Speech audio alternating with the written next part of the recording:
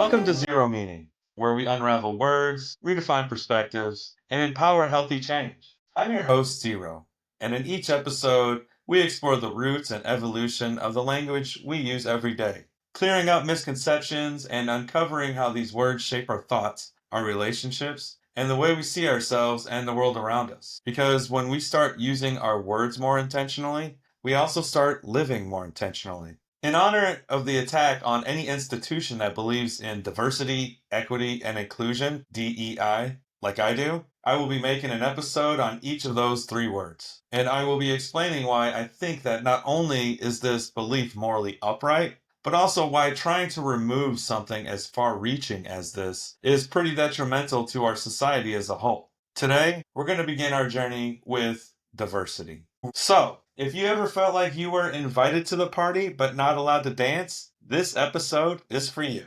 But before we get into it, if you find meaning in conversations like this, don't forget to follow, like, or subscribe so you never miss a new episode. And if something resonates, share it with someone who needs to hear it. Let's spread the word literally. Let's start where all good things begin, with the roots. Diversity comes from the Latin diversitas, meaning difference, variety, or contrast. That, in turn, came from divertere, meaning to turn aside or go different ways. At its core, the word suggests a turning from sameness, a branching, or a reaching outward. Originally, this word didn't have anything to do with people. In medieval and Renaissance texts, you'll find it used to describe a range of things: diversity of terrain, of thought, of color, or of opinion. It was a neutral, even celebratory term that acknowledged complexity and multiplicity. Only in the late 20th century did diversity take on its current cultural and political charge. So what happened? The simple answer: society caught up with language. As marginalized voices fought for visibility,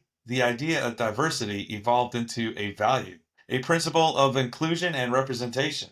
Diversity stopped being just a description and became a goal, a promise, and a responsibility. Now, let's zoom out for a second. Think about nature. In an ecosystem, diversity means life. Monocultures, that is, fields planted with only one crop, might seem efficient, but they're vulnerable. It only takes one pest, one disease, and the whole thing collapses. But when you have a diverse field, one plant's weakness is another's strength. The system becomes more resilient, more adaptive, more alive. It's the same with people. Diversity in human communities strengthens us. It introduces new perspectives. It fosters innovation, and it grows empathy. When we interact with those who think, believe, and live differently than we do, our brains stretch, our hearts open, and our creativity multiplies. In businesses, diversity leads to better decisions and higher profits. In schools, it leads to better learning outcomes and broader worldviews. In friendships, it leads to deeper connection and understanding.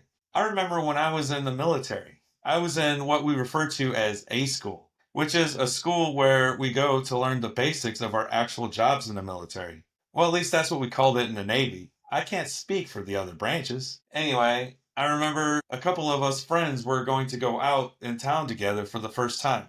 This was actually the first time since entering boot camp that we were allowed to wear civilian clothes. We lived in a dorm-like environment, so when we each stepped out into the hallway and saw what each other was wearing, we all laughed so hard. I was definitely an alternative grunge kid, completely with flannel top and a band t-shirt underneath. One of my friends was dressed in soccer gear, wearing all Adidas, and the other, he had the thug life dress code going on, complete with a puffy coat and Timberlands. This was back in 2000. We each realized then and there that we would probably have not even thought to talk to one another if we had met outside of military life, and we're grateful for the lesson, because we found friendship in such a way. That lesson has followed me the rest of my life. Now, I never cared what someone looked like, or what they believed, or anything else about them except how they treated myself or others. But what changed was my ability to see the person behind the clothes. Because I was still just a kid, really.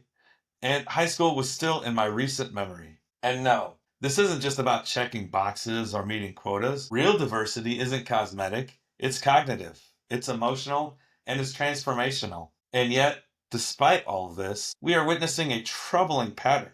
Across the country and in many parts of the world, Diversity programs are being scaled back. DEI offices are being closed down. Inclusive curricula are being challenged or outright banned. The word diversity itself is becoming politicized, treated like a threat rather than a strength. I want to make my view on diversity very clear. Removing diversity from institutions is not neutral. It's not about balance or fairness. It's about control. It's about narrowing the story, filtering the narrative, and protecting the comfort of the few over the growth of the many. When we erase diversity, we aren't just losing color or variety, we're losing insight. We're losing wisdom.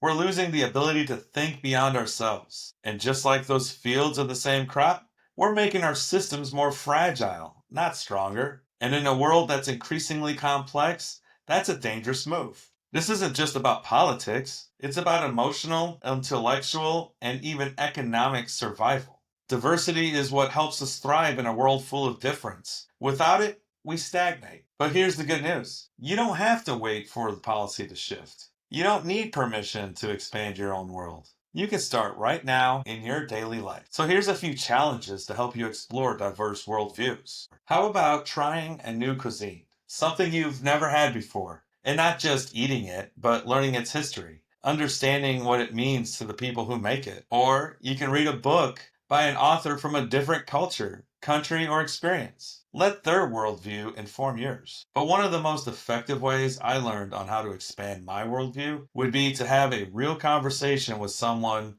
you disagree with. Not to win, but to understand. Ask questions. Listen. Be uncomfortable. I remember this one person who would argue with you about just about anything.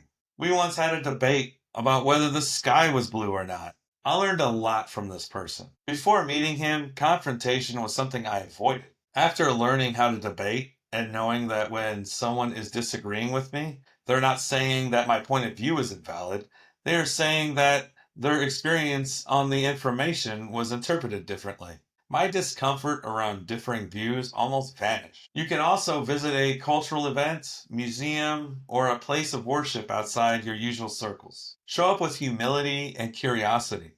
I have been to many different worship services, and I have found that they are all inviting, respectful, and willing to share their space with you if you show them the respect you would want them to show at your place of worship. If you're the type to worship at all, that is. These small acts, they build muscle. The more you expose yourself to difference, the more resilient and compassionate you become. It's not about erasing your identity, it's about expanding your humanity. I am so grateful for the experiences that I've had, the people that I met, the food that I now added to my favorites rotation, and the ability to think about finding solutions in a different way. I honestly don't believe that I would be here telling any of you any of this if it wasn't for the resilience that I gained from being open to the lessons that others were and still are able to teach me. Diversity, at its root, means turning away from sameness and toward possibility. It means inviting contrast, honoring complexity, and welcoming change. And it's exactly what our world needs right now. So the next time someone treats diversity like a buzzword, remember this. It's not just a trend, it's a truth, one that we ignore at our peril and embrace at our greatest potential. Let's stop fearing difference and start learning from it. Because if we want a better future, it starts with embracing the full spectrum of the human experience. Because the truth is, diversity without dignity is exploitation. Diversity without depth is decoration. And diversity without dialogue is just noise. If this episode gave you something to think about, be sure to follow, like, or subscribe so you never miss what's next. And if you know someone who's navigating this conversation, share it with them. Let's keep the conversation going.